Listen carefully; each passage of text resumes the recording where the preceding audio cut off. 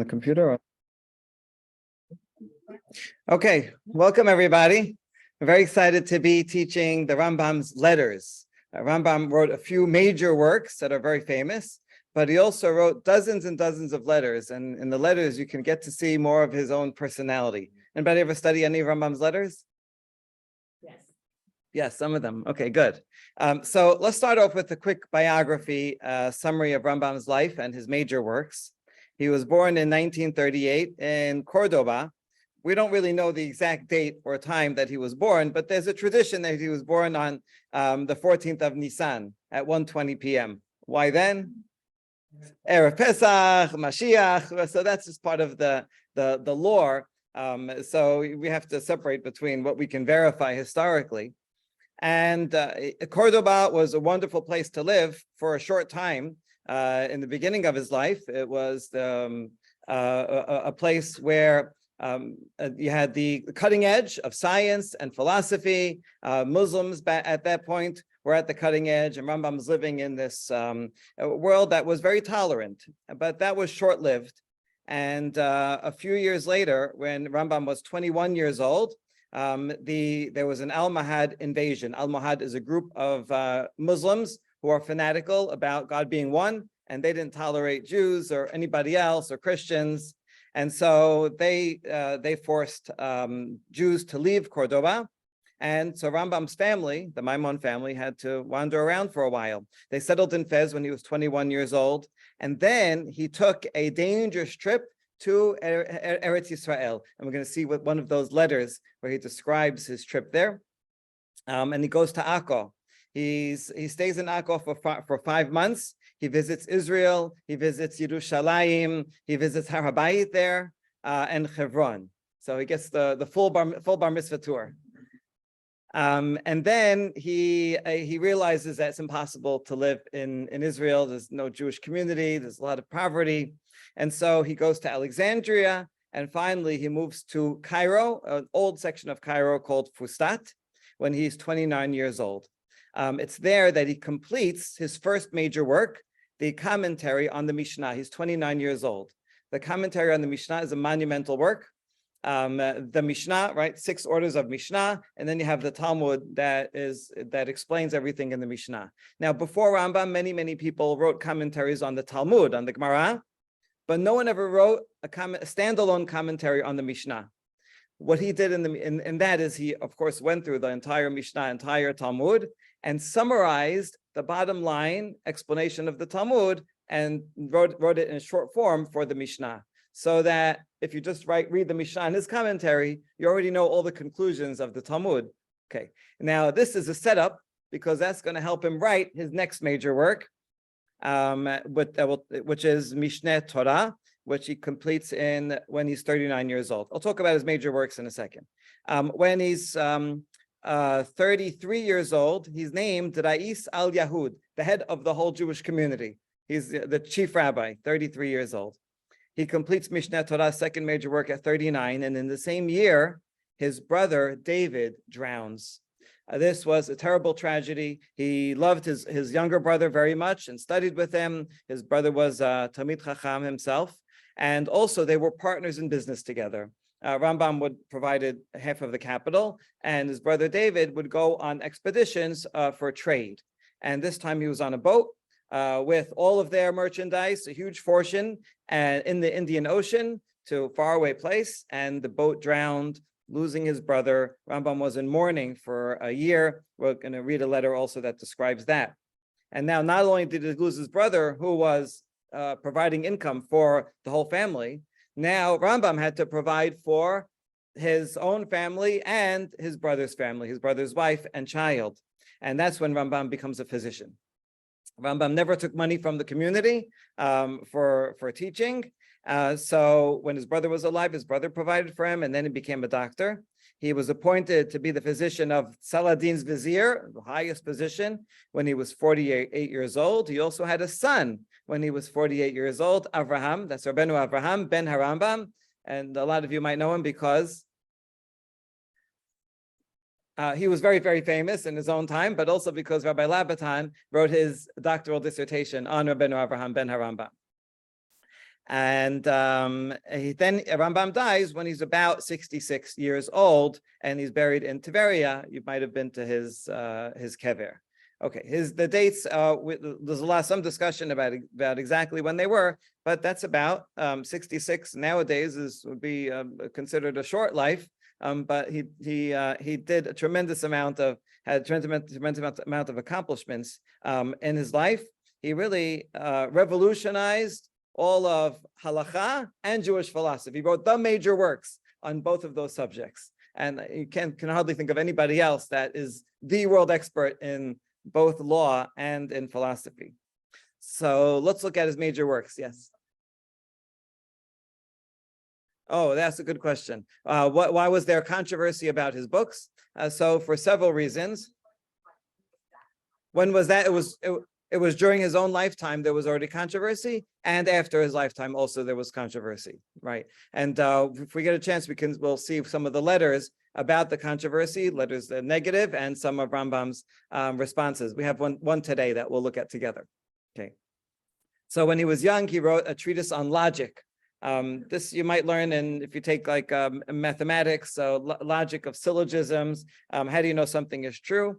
This is based out of Aristotle, and you want to prove if something is true or not, kind of like geometry that we learn in high school.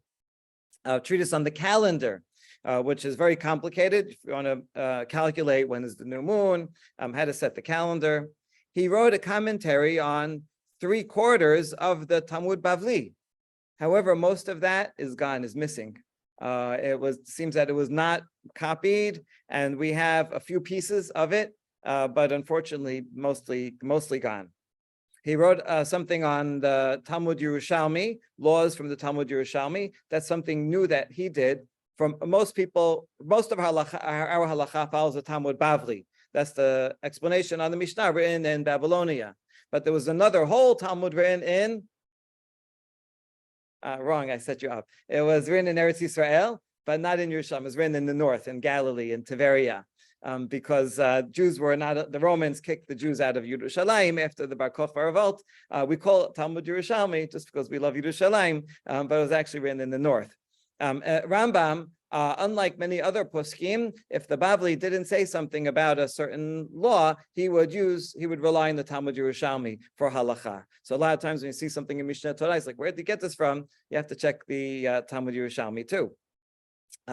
He wrote a critique of the halachot of the Rif, Rabbi Yitzchak Alfasi. He wrote a letter on martyrdom, very famous letter. We'll talk a little bit about it today. And then his first major work, commentary on the Mishnah. He wrote this in his 20s. It's an amazing accomplishment.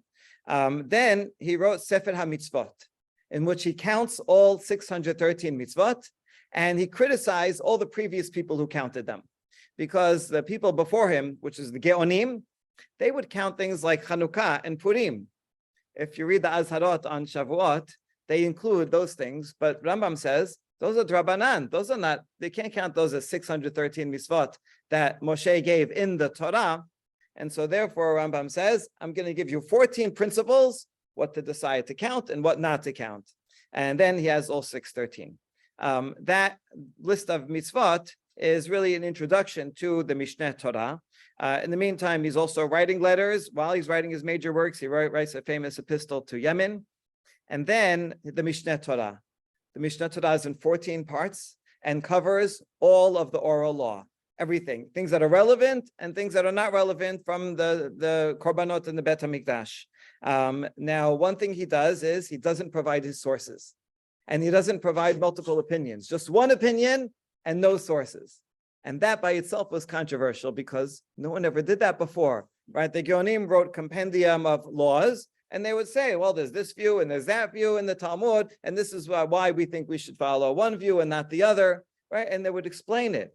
Rambam just giving one, only one. You don't know where it comes from. So everybody's like, Rambam, who are you to decide, right? What the law is? Now he had rules of deciding. He learned it from his own teachers, and Rambam wanted there to be one law for the entire Jewish people, right? We are, even though we don't have a physical country anymore, that in his time, but still we're bound by a legal system. And if you have a country, it's one law for the country. You can't have right? Can't have multiple laws. And so he says, if you're smart enough, you can figure out where I got the law from, but I don't want anybody questioning it. And I don't want anybody doing anything differently. Yeah. His father was one of his major teachers, and several others. Yes. Okay.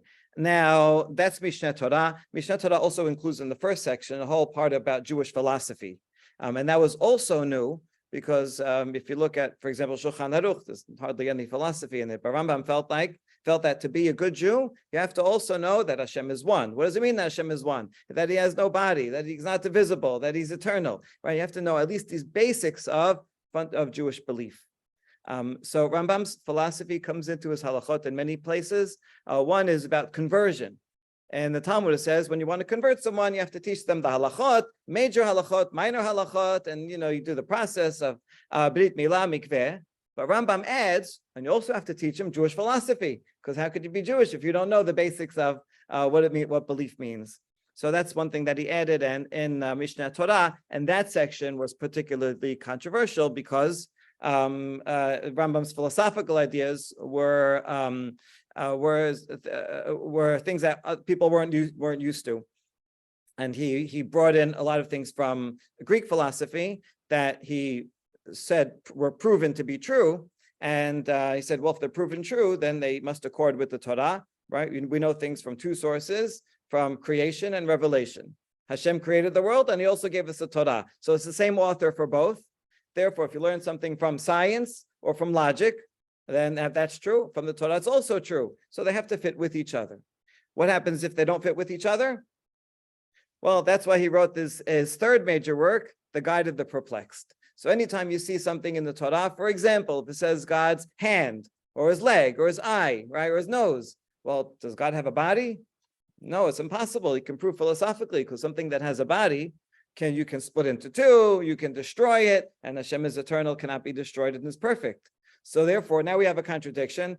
Torah says God has a body. Philosophy says God does not have a body. One of them we have to we understood wrong. And in this case, he'll say the Torah doesn't mean it literally, right? When it says God's hand, it means His strength, right? When it says His eyes, it means His providence, and so on. And so, Moreh Nevuchim is a philosophical explanation of the entire Tanakh. Does he ever say, let's say, if there's a science isn't there yet? Or... Yes. He says that regarding creation of the world. The Torah says Hashem created the world in time, right? Certain point, the world didn't exist, and now Hashem created it. And most opinions, yesh me'ayin, something, right? There was nothing, and God created something. Aristotle didn't think that was correct. Aristotle thought that the universe always existed and never changed. All the sun, the moon, the stars, they were all in their orbits forever backwards. And that was the major science of the time. Rambam says, what do we do with this? So he looked into Aristotle's proofs. Does he have absolute proofs? Rambam says, no, he doesn't, right? And therefore, we can uphold the belief in the Torah that God actually created the world in time. He does say, well, what if someone does bring proofs one day? It's okay, then we'll go and reinterpret Pisukim, and we'll figure it out, right? Just like we figured out the God having a body, we can figure out the Pisukim in that way also. But Aristotle didn't prove it, so therefore we should keep to our traditional belief. Fast forward 1,000 years, now we know Aristotle actually was wrong, and right, the stars did not always exist. They came into existence at a certain point in the Big Bang, and actually there is creation in time. So Rambam ended up being correct. Okay, good. Then he wrote Letter on Resurrection is one of the last things he wrote, and other responsa, halachic responsa. These are very interesting. I don't think we're going to get to them in the next couple of weeks, but people asked him all kinds of legal questions, and he answered them. And what's very interesting there is to compare his answers to the Mishneh Torah. And you see that sometimes there's the official of the Mishneh Torah, but then there's also extenuating circumstances. And he says, okay, even though this is the law, but in this case, right, we see that we can't apply the law in a simple way. We have to take into account the society, the community, the people, and everything. You can see Rambam's own the method of Psak Halacha and the responsa. He also has many medical writings that are very interesting. I don't think anyone's going to follow them, but they're interesting to see how he was on the cutting edge of medicine. Good question. So in those days, if you were an intellectual person, you studied everything. It wasn't like today that you're a specialist only for a hand specialist and the right hand specialist, right? You can't you go to so if you're back then, if you're a doctor, so that means you studied philosophy and medicine and biology and history and everything. So right, it's not like you go to medical school, you don't know anything about literature. Right, and if you become a doctor of philosophy, you're not going to know anything about blood vessels. Right. Learned people, and back then they knew everything. Yeah, there was less to know. Right. I mean, I always think about history class. It gets harder and harder in every year. Right. My grandfather's generation, they didn't have to do the whole Cold War. They didn't have to. Right. Okay. So yeah, there was a time when you could read all of Aristotle. Aristotle wrote works on all these subjects. Yeah, on biology. And so you read that, and he was considered, Rambam himself writes that Aristotle reached the highest level of knowledge possible, except for prophecy. He also says, don't read the works of Aristotle because he's very hard to understand. Rather read the Arabic summaries of them. So the Muslims were translating, summarizing, commenting on them, and that was like the sum total of all knowledge. Galen was a Greek, wrote a Greek medical work, and that was medicine stayed the same for hundreds of years. No new technology, it just stayed the same until modern times. Okay, good. So that's a quick overview of Rambam's life and works. And now let's get, now we have the other handout. Anybody need a copy? Okay, there's some here. There's some on there. All right. So what was Rambam's favorite dessert? We'll learn that by the end of today.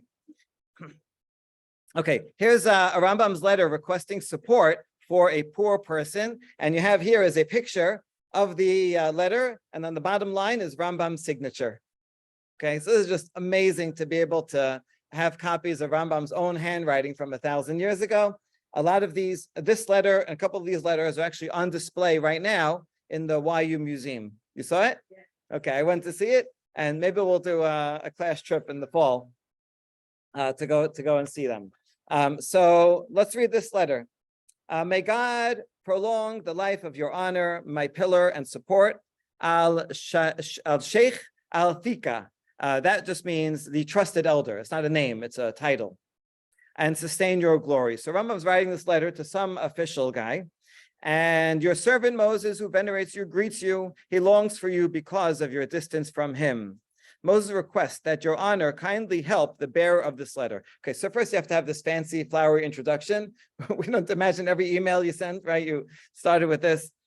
And so now he's saying that the bearer, Rambam's writing a letter on behalf of this man, Isaac al-Da'ari. For he is one of our acquaintances. Speak to the Chaver, may God preserve him, about inducing the community to take on responsibility for him to collect the sum of his poll tax, the jizya among you, right? Everyone, Jews had to pay a head tax to the Muslim government. And this guy's poor, so help raise money to pay for him. And he and his son must pay double. If your honor can endeavor to have him pay while he is with you at Minyat Zifta, please do so, as Isaac is a newcomer and he has not yet paid a thing. He is going to Damietta to do something important for me. When he returns, please see to it that whatever possible be done for him. May your peace increase, and the peace of the Chabed and the son, and the peace of his honor's son, and may God preserve him, Moshe Bad Maimon. And then it says after that, Zatzal. Okay, now obviously Rambam didn't write the Zatzal part, okay? But rather, you see on the bottom line, Moshe Bad Maimon. Okay, so someone afterward, after he died, added in Zatzal. All right, so what do we learn from this letter? Basically, there's this man named Isaac al-Da'ari. He's a poor person, but he's on some mission for Rambam. He's sending him to do, we don't know what. He's going to travel from Cairo up north about 150 miles to the northern border of Egypt. So he's on a long trip, and he's asking the people that he meets on the way to help him out, pay for his poll tax, and give him whatever else he needs for his mission. Okay, so you see Rambam being very involved in community and helping poor people and writing such a letter. And you see his network, right? He knows people, and you can imagine he knows people in every place. And so if he needs something to get done, right, he'll just write a letter with some messenger, I need you to get this done. And through that, even though he lived in Cairo for most of his life, he was able to have a lot of influence and control over Jewish communities far and wide, right? And there's letters coming from all the way in the West and all the way in the East. So there's just one example of his personal attention and care for people. Okay, the second one is one of my favorite letters. This was not written by Rambam, but by someone who visited the Rambam. Okay, this was found, like the previous letter and like a lot of our letters, they were found in the Cairo Geniza. But anyone familiar with it? Anyone not familiar with the Cairo Geniza? Should I introduce it? Anybody not familiar with it? You can say, okay, I'll give a quick intro. So in Cairo, there's an old synagogue called the Ben Ezra Synagogue. I was actually there a bunch of years ago, and they restored it since. So Bet Knesset, probably around this size, and in the back there's an upper level, a women's gallery, and in the back there's a closet, and in that closet they would throw in Shemot Geniza. Now nowadays there's probably a bin around here where they have the Geniza. What do we usually do with Geniza? When someone dies, I remember Mickey Carey, who would bring a garbage bag, right, and he would place it in the grave afterwards. So that's generally what all communities do. Yeah, you put it in with the person. It doesn't have to be with the person. Sometimes, if let's say there's a whole library and they're knocking down the library and there's tons of books, they'll make a big hole and bury all the whatever Sidurim or whatever it is. But in the same. It's in the same area, right? Yeah, so then it's just convenient when someone dies. Every so often when someone dies, you bring whatever shemot collected, and you put it in. I have a slightly funny story about that. When I was in the Spanish Portuguese synagogue, not everybody there is so learned. So one time I was at a funeral, and the gabbai took a bag and put it into the grave. And someone I was standing next to said, "What is that?" I said, "Some old books." And he says, "Oh, were those her favorite books?" No, just some old Sidurim. Okay. So that's usually what would happen. But in this case, in Cairo, in this synagogue, they just kept putting things into this closet and never emptied it out. The synagogue was built around the year 1000. So the things that they're throwing out are already 200-300 years old.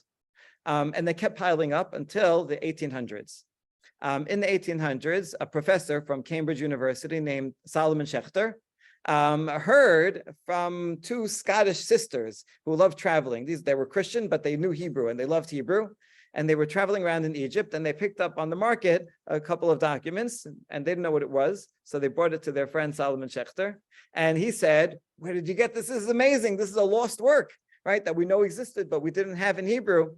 And they told him, so he traveled down to Egypt. He made friends with the chief rabbi, with the gabbai, and they led him to that closet, and he jumped into the closet. He's all a proper guy with a 3-piece suit and all that. And he's like a kid in a candy store. He's picking up one fragment after another. He's like, "This is amazing."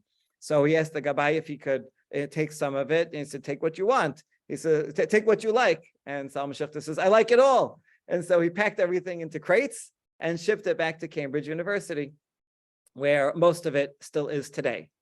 I went with my family on a trip to London a few years ago for one of my son's bar mitzvahs, and we were touring around London. I was with my older brother, and I told my brother, it would really be nice to go to Cambridge and check out the Geniza. But my wife didn't want to go. My kids didn't want to go. So I woke up early one day with my brother, and we just snuck out of the hotel. And we got on the train, and my wife calls me around 8-9 o'clock. Says, "Where are you?" Says, "Oh, we're on a train to Cambridge."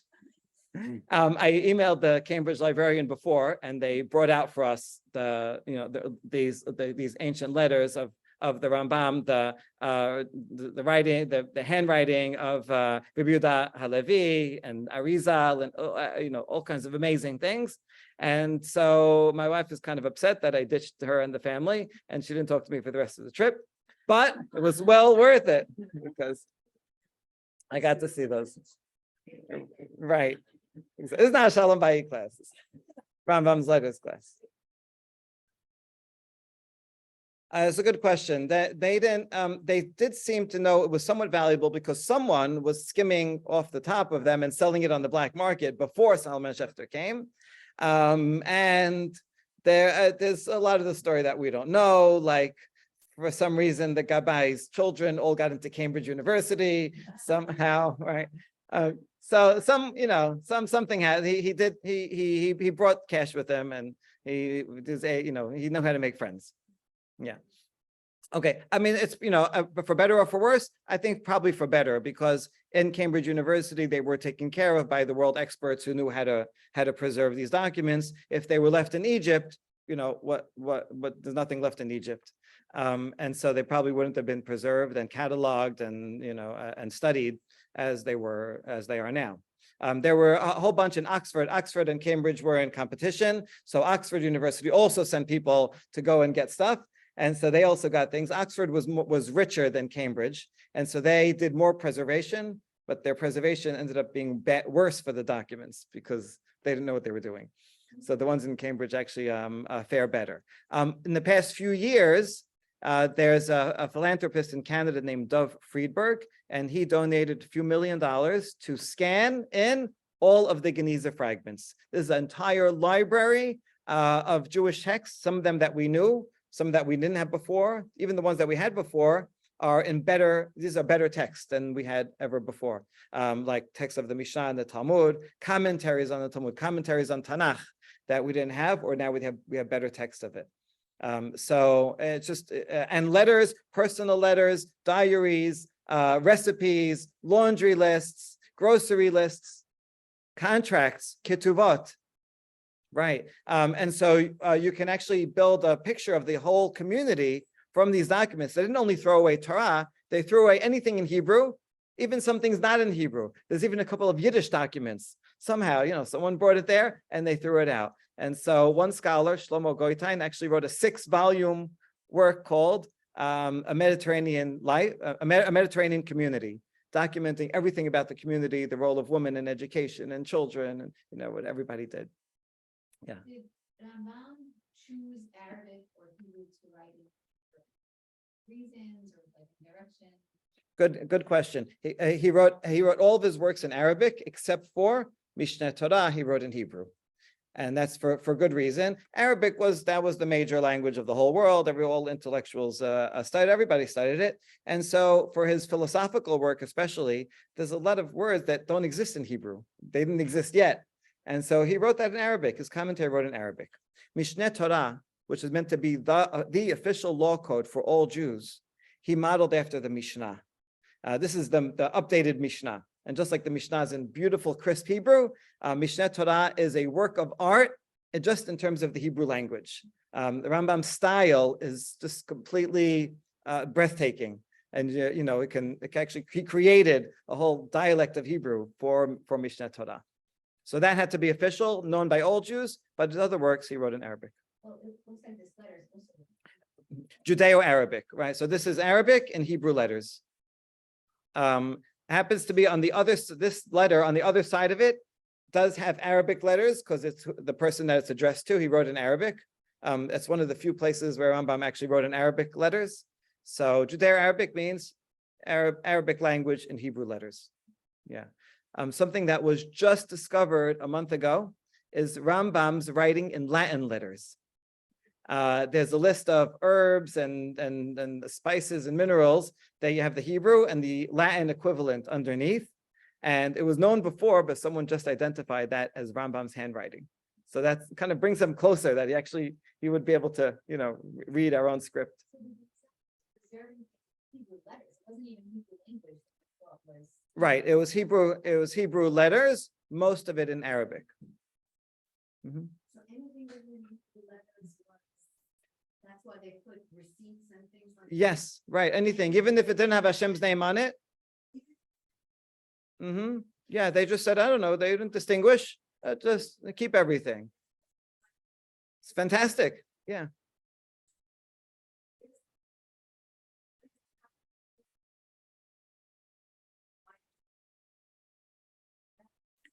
Good question. So they're all later after Rambam, and not everyone agreed with Rambam 100%. Right? I mean, Rambam wanted it to be the law code for everyone. Really, only the community in Yemen, they follow Rambam exactly to the T. But every other community, even our community, we follow Rambam a lot, mostly, but not for everything.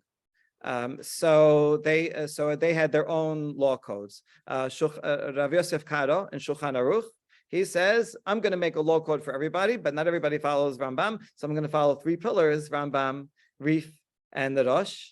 Even though he follows Rambam even more than a third. Probably, I don't know, half to 2/3 of Shulchan Aruch is word for word a copy or paraphrase of Mishneh Torah. Right, so you end up getting a lot of Mishneh Torah through that anyway. So it was a huge influence, even though, we don't follow it 100% for everything. Okay, good. So let's go to this letter that we found in the Geniza, and this is some guy who met with the Rambam, a short meeting, but he was really impacted by the meeting, and we get to see what might it be like to have a personal meeting with the Rambam. So he says, Al Fatir, may God protect him, went with us. We set out for Rabbi Moses' house, but he preferred for his part to remain at the entrance of the house, while I and Al Galal proceeded to enter. So there's some guy, Al Fatir, he's waiting outside, and the writer of the letter is going with a child, Al Galal, and they come into the Rambam. I kissed his noble hand. That's interesting. Like now, you see a chief rabbi, and you kiss their hand. And he received us with the most cordial welcome. He said to me, come and be seated, young man, beckoning me to sit at the edge of the diwan, the couch, opposite where he himself was seated, while he sat at the other end of the diwan. So I sat down while he read the message. So the writer of this is delivering a letter, whatever it is, which I gave him from the beginning to end. He was delighted with the presents, so I guess he brought some presents too. And Rambam started to play with the child, Al Galal. May God protect him. There was no one else seated on the diwan save him, Rabbi Avraham, and myself. So that's Rabbeinu Avraham ben Harambam, Rambam's son, who was probably a young man, maybe a teenager at the time. Now the verse on his other side of the page says, then there transpired that which a book would prove insufficient to describe. Caskets were brought, and he began to eat lemon cakes. So I guess there was a servant or something that they brought these trays of lemon cakes. We stayed just for a while, but he detained me in order that we confer a moment confidentially. Rambam had something confidential to say to this guy. The master seemed favorably inclined. In the meantime, Rabbi Avraham, may God protect him, had taught Al Galal a term with which to address Rabbi Moses. Right, so he already called Rabbi Avraham. So maybe he was a little older, maybe he was in his 20s. But Rabbeinu Avraham takes the child and says, "Listen, when you address the Rambam, you should say, I don't know what he said, maybe Chacham, right?" And told him how to address him. Upon his reciting it, Rabbi Moses laughed with amusement and sported with the child. I was the first to leave the house, while Al Galal remained behind, talking to the usher in the vestibule. That's interesting. So you see, there's a butler, right, or housekeeper. Whereupon Rabbi Moses inquired of Rabbeinu Avraham, "Where is his son gone? Where's the kid?" And he is standing by the door. He replied, "Okay, go and call him." And he re-entered, and he came across the child again, who again recited that form of address. So you get a picture of Rambam. First of all, greeting, being a consummate host. His favorite dessert, lemon cakes, right? And he's playing with this little kid and and entertaining him. So you get Rambam's personality, because if you read just Mishneh's major works, it's like imposing, and it's hard to know who the author is. So this is wonderful to have a letter like this. Okay, good. Now, we mentioned his son, Rabbeinu Avraham. This is a letter that the Rambam wrote to Yosef ben Yehuda. Yosef ben Yehuda ibn Waknin is someone that we'll mention again. Rambam had many students, but one student in particular was this Yosef ben Yehuda. Yosef ben Yehuda was from Morocco and came to Cairo and studied with Rambam. He knew math and science and Torah, and he had a lot of questions about how to combine them together. And so Rambam would teach him, how to reconcile everything. Eventually, Yosef moved to Aleppo, and he writes a letter. He says, "I'm very far from you. I can't learn from you, but I have so many questions." So Rambam says, "Okay, I'm going to answer your questions in a series of letters," and that's what became the Moreh Nevuchim. The Guide of the Perplexed is actually written for this particular student. And then Rambam says, and anyone like you, anywhere else and in the future, who has your questions. So amazingly, Rambam wrote his major philosophical work to a student in Aleppo, right? So I always feel like he's, a personal connection to that, since they're also from Aleppo. So that's a separate thing. But this is a letter that Rambam wrote to Yosef, describing his own son, Rambam's son Avraham. Concerning my personal welfare, I find comfort only in two things: in an ability to indulge in speculative investigation, and secondly, in blessed endowments vouchsafed to my son Avraham. Like his namesake, the patriarch, like Avraham Avinu, may be sustained and granted long life. For he is most humble and unpretentious, excelling in unusual fine qualities of character, and imbued with an exemplary good nature and a subtle mind, scintillating with innovative ideas. I am sure he will be held in high esteem by all people, and I beseech the Almighty to watch over him and recompense him for his good deeds. Isn't that beautiful? How much he loves his son, right? And speaks so nicely of so proud of his son's accomplishment and moral qualities, right? Not just that he's so smart, but that he's humble and fine character. Okay, so I always thought that was very heartwarming. And in turn, here's the other way around. Here's something that Rabbeinu Avraham wrote about his father in Rabbeinu Avraham's work called Hamaspik. He says, had my father and teacher heard this, he would have acknowledged it. That is Avraham's position on the matter in which they disagreed. So Rabbeinu Avraham disagreed about something his father said, but he says, I'm sure if my father was here, we would discuss it and he would agree. As he himself said, acknowledge the truth. Right? Rambam writes, you should accept the truth from wherever it comes, whether it comes from someone that you like or someone you don't like. If it's true, it's true. And we always saw him, may his memory be blessed, be it for a blessing, agreeing with the least of his students when something was true, despite his wealth of learning, which does not stand at odds with his greatness in piety. Right? So you can imagine Rambam, there teaching, and then maybe some young student said, wait, I think that's wrong. And Rambam saying, oh, you know what? You have a point. You're correct, right? And being humble and acknowledging the truth. And so a lot of what we learn from our teachers is not just the content, but also the method. And sometimes we learn from them that through their method, we can grow, build upon what our teachers taught us. And sometimes we learn that, if he was around today, he probably would change his mind about this. Okay, now we get to something controversial, which is what happened to Rambam and his family when they were running away from those fanatic Muslims, the Almohads. Those Almohads were from Morocco. They were like from Berber tribes. When they were persecuted, but they were still living in Morocco, in Fez, how did they live? How did they survive? And the question is, did they have to pretend to be Muslims? Did they actually convert to Islam?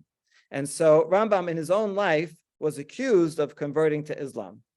This is a very serious accusation, not only for us who learn from Rambam, but especially even more so for the Muslims. According to Islamic law, once you convert to Islam, you're not allowed to convert back, right? And if you try, then death penalty. Okay. According to Judaism, if you convert to Islam, it's not really a conversion. This is a big question for a lot of the conversos who did live as non-Jews for a long time, and then they wanted to come back. Can they be accepted back or not? That was a big question that came up. Good. So Rambam writes there's a major difference between the two. His Christianity is idolatry. Islam is not idolatry, right? And that's his letter on martyrdom that he writes. And in that letter, he actually refers to his own experience. And he says, my own family, we have shame upon us and sin. So he's referring to something that he unfortunately was forced to do. but he doesn't elaborate on exactly what it was. Yes. So right. So obviously they were doing a save life. So I'm sure he never meant any of it. What did he have to do though? So if he said Allahu Wahid, right? God is one. Well, that's no problem, right? Everybody would agree with that. My grandmother always said Allah Ma'ak, right? So it's just an Arabic word for God. And you say God is just saying God is one in Arabic in different language. There's no problem saying that. And Rambam writes that. The problem is, in order to confess Islam, you also have to say that Muhammad is a true prophet. So should you die or say that?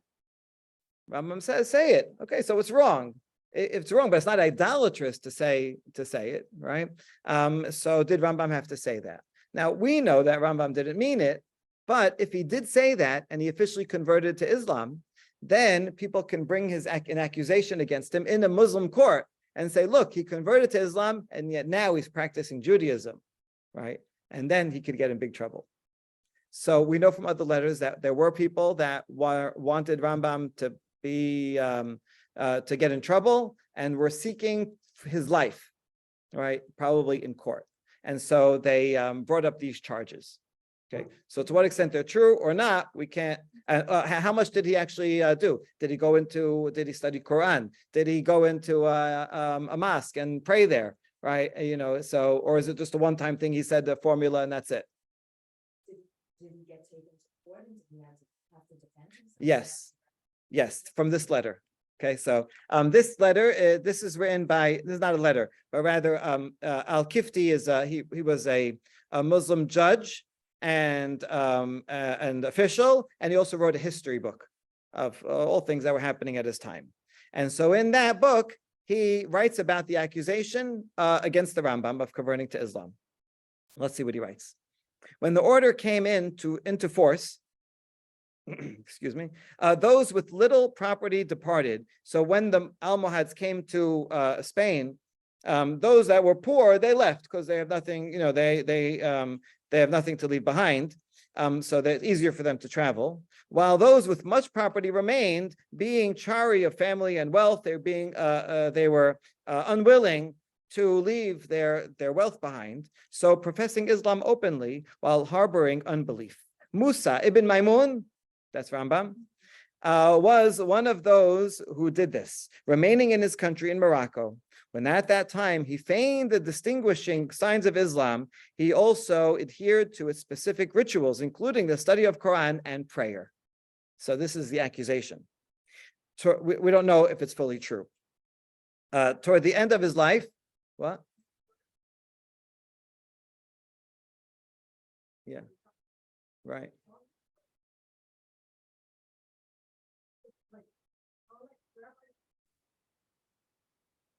Yeah. You can learn about other writings and other right. If you're just learning it, Rabbeinu Abraham read it. I mean, so this one can study Quran. The question is, are you studying it in a religious setting? Would you have to if let's say he was forced to go to a mosque and recite it, in an official way? That's different from just reading it at home for historical purposes, right? But at YU, no, they don't. I don't think there's a Quran. It's certainly not a requirement to become a rabbi. No, but so some people on the side, if they're interested, they can read it.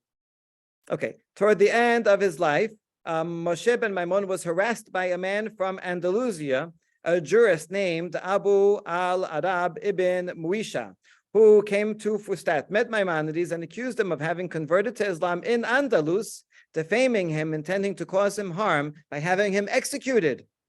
Abd al-Rahim ibn Ali al-Fadil prevented this, claiming that when a man is forcibly converted to Islam, the conversion is not legitimate, right? So here we have just a short summary of what must have been very trying and taken a long time, this accusation to bring him to court. Luckily, Rambam had friends in high places that defended him, and he was not executed.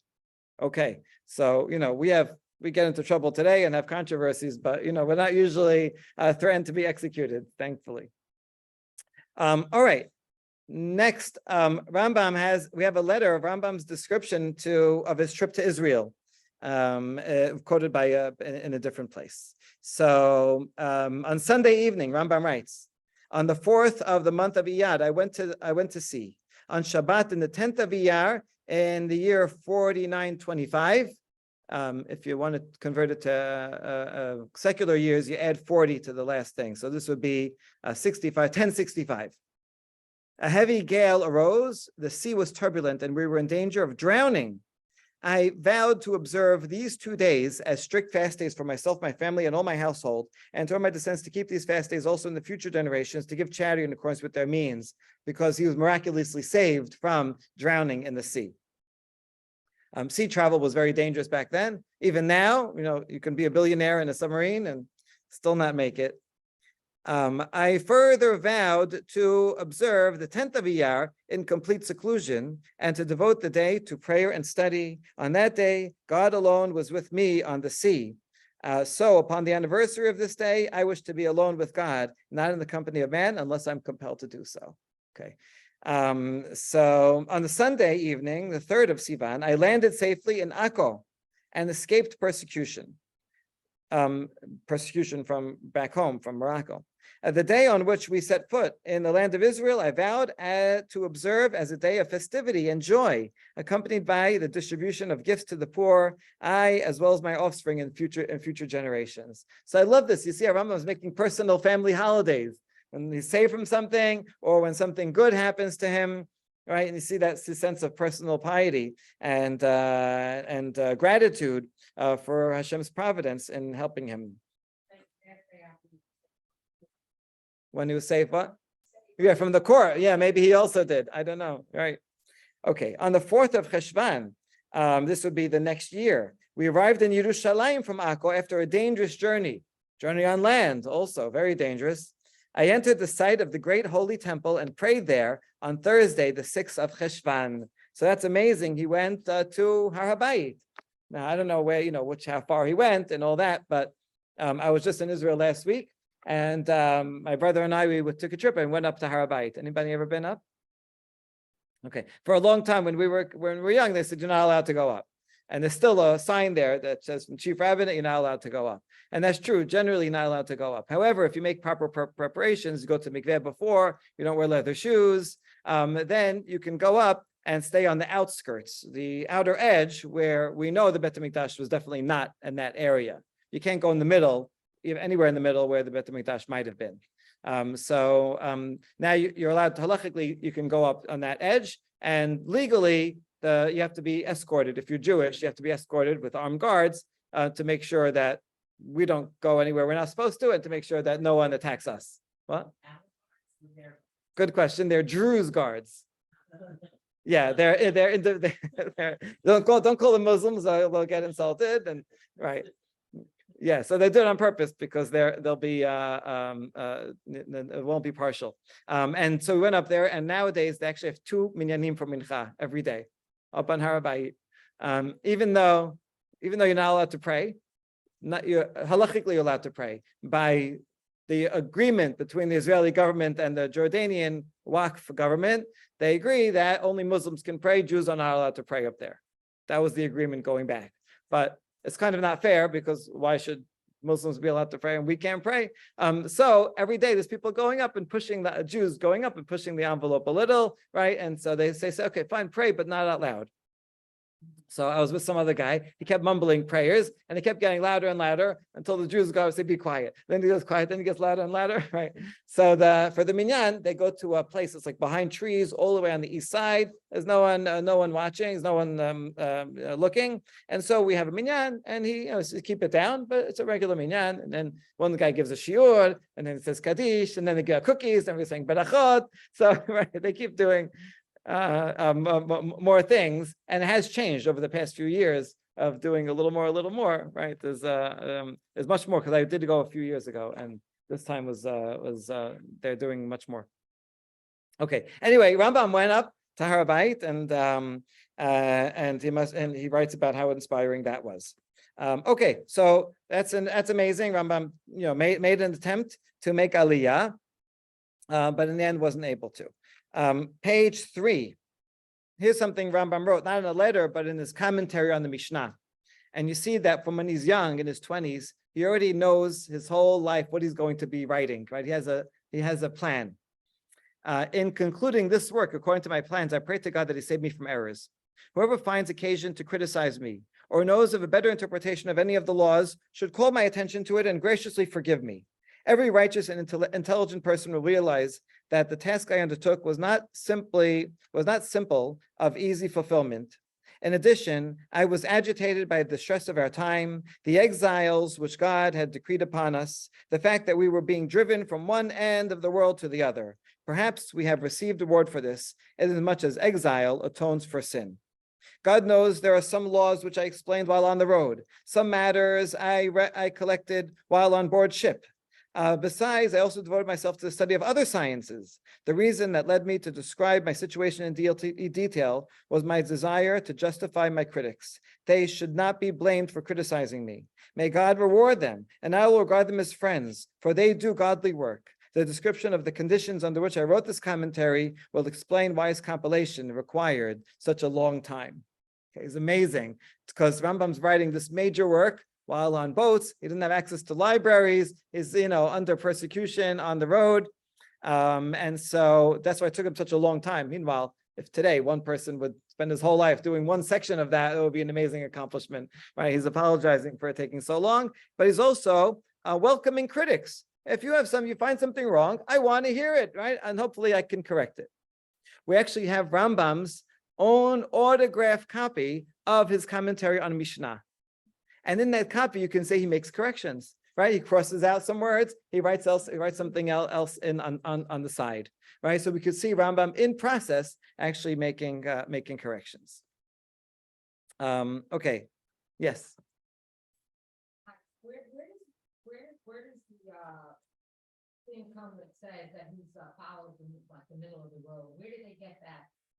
Yeah, Rambam writes that in Mishnah Torah and Hilchot Deot, and also in Shmona Parakim, in the commentary on the Mishnah. That comes right from Aristotle, that you shouldn't be too generous and you shouldn't be too thrifty. You should be in the middle, right? You shouldn't, for all things, you should follow the golden mean.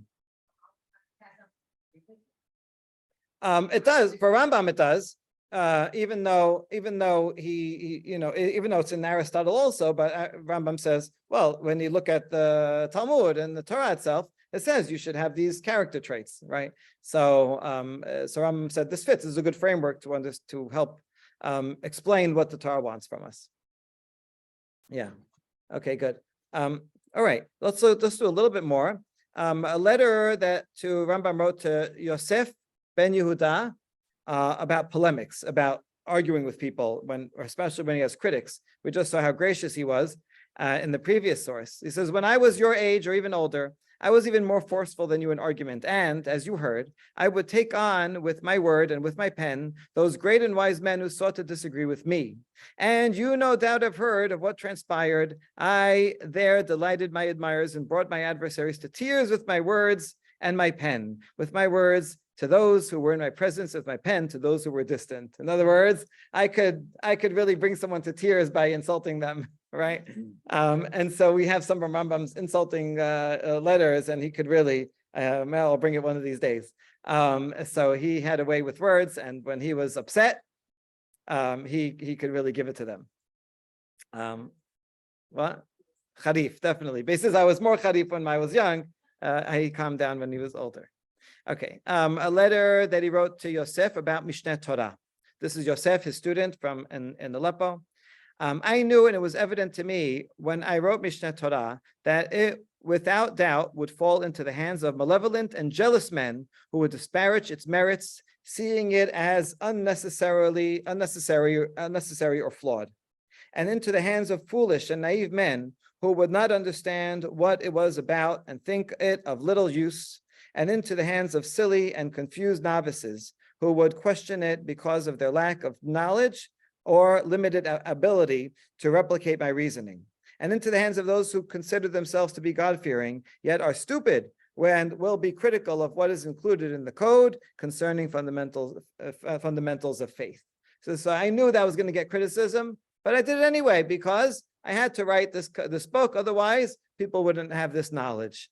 And so he knows people are not going to appreciate the merits of it, but that's the way it is. Yosef was writing to Rambam. He says, people here are saying negative things about you, right? What should I do? Rambam says it's okay, right? Let them criticize. The haters will be haters.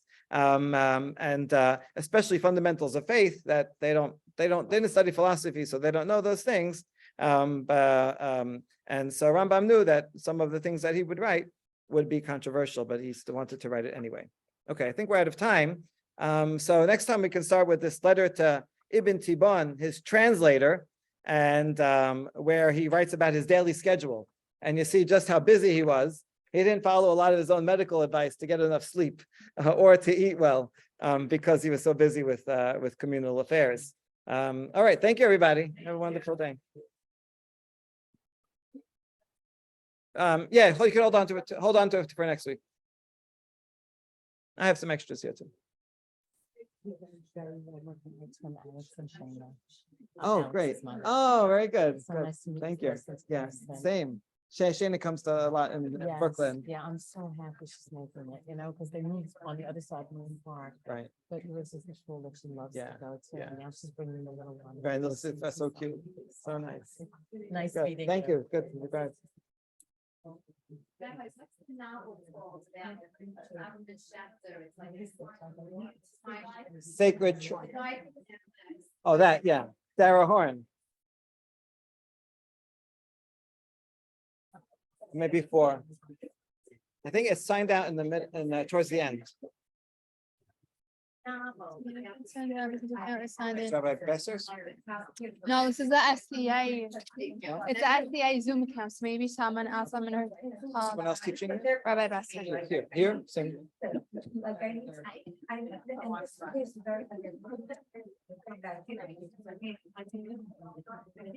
Okay, thank you.